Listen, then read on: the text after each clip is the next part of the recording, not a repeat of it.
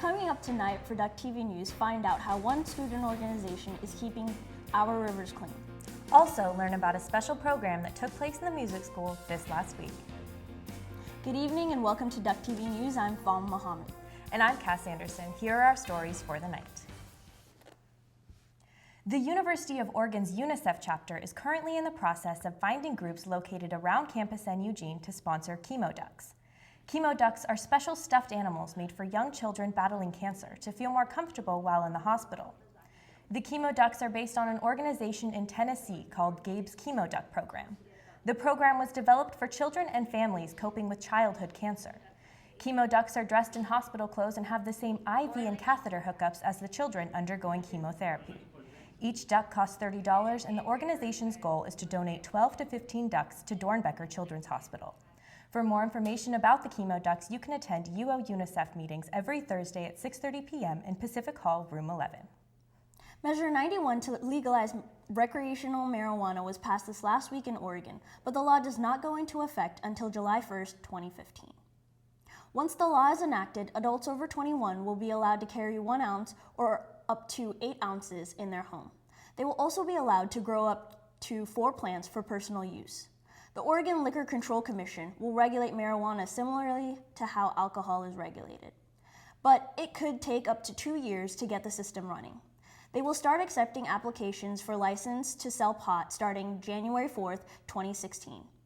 In the new law, there will be regulations as to where people can smoke marijuana, and driving under the influence will still be prohibited. Osberg, a student-run environmental organization at the U of O, has released a new campaign called Protect Our Rivers, petitioning the Environmental Protection Agency to eliminate loopholes in the Clean Water Act. Audrey Roberts has the story. I'm here at the Willamette River, one of the few navigable rivers in Oregon protected by the Clean Water Act. This river, along with many others, is protected and cannot legally be polluted. However, streams and rivers connected can. Environmentalists would like to change that. Osberg students began the Protect Our Rivers campaign at the beginning of this month, rallying for support from the university students and members of the community.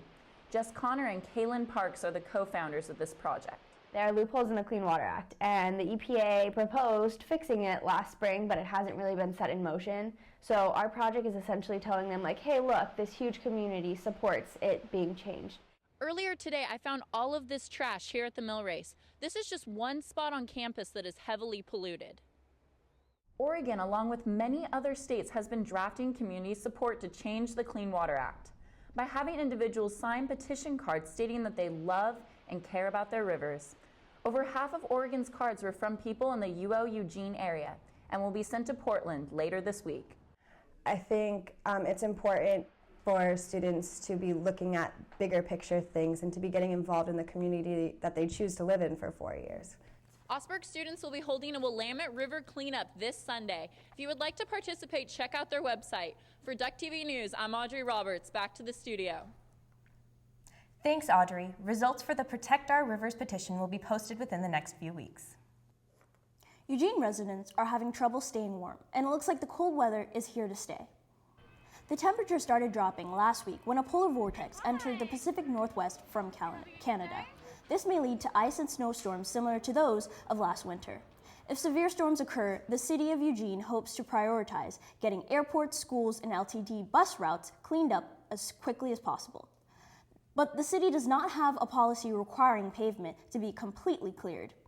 For the UO, campus operations is responsible to clean up for ice and snow. They also make sure students around campus get around safely during a storm. So if another big storm does hit, drive carefully and check how bus routes clear before boarding LTD. And now we take it to Maybelline Naismith for what to expect for this weekend's weather. Thanks, Famo. This weekend in Eugene, we will be experiencing some of that rainy Oregon weather with clouds on Friday and showers on Saturday and Sunday. So throw on those rain boots and jump in those puddles. For Friday, Saturday, and Sunday, we're looking at temperatures in the high 40s, dropping down to the low 40s later in the evening. So don't forget your raincoat because it's going to be raining cats and dogs. For those of you going up to Portland for the weekend, bring a warm coat with you since you'll be experiencing similar weather with temperatures in the high 40s with lows in the mid 40s. That's it for the weather report. I'm Maybelline Naismith. Back to you in the studio. Thanks, May. Students from both the University of Oregon and Kelly Middle School painted a mural outside Valley Restaurant Equipment. The mural covers up old graffiti and runs 30 feet long. The image is of a food fight through the eyes of the food and kitchen appliances. It was back to the drawing board, and I showed Brave Little Toaster, and so we each created a restaurant piece. The University of Oregon's Jordan Snitcher Museum of Art was involved in the process of creating the mural. The museum gave the children the idea of using a food fight as their layout, and the owner of the restaurant appliance store gave the students an opportunity to take the wall with negative writing on it and transform it into a colorful work of art. In the spring, the art will grow, and students will create another mural on the blank wall next to a giant new painting. The University of Oregon has updated the job database from UO JobLink to DuckConnect. While it will continue to feature job and internship postings, students will now be able to register for events and workshops, research employers, and apply for on-campus interviews. For more information and a full list of services, visit the UO Career Center website. Students in the School of Music are getting the chance to work with guest conductors from all over the world. Avanitza de Primavera explored how these conductors are preparing students for future performance careers outside after graduation.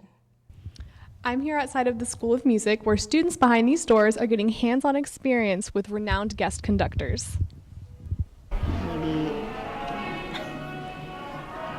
Students in the University of Oregon Symphony Orchestra worked directly with Johann Müller-Stosch, who has traveled all over the world, serving as a guest conductor in countries like Korea, China, and Canada. His teaching style and experience provide students with valuable skills they'll use outside of the classroom.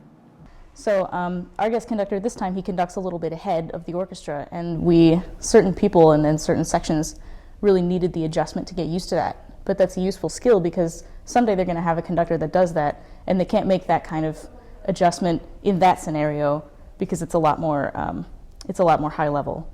So I think that's a great experience.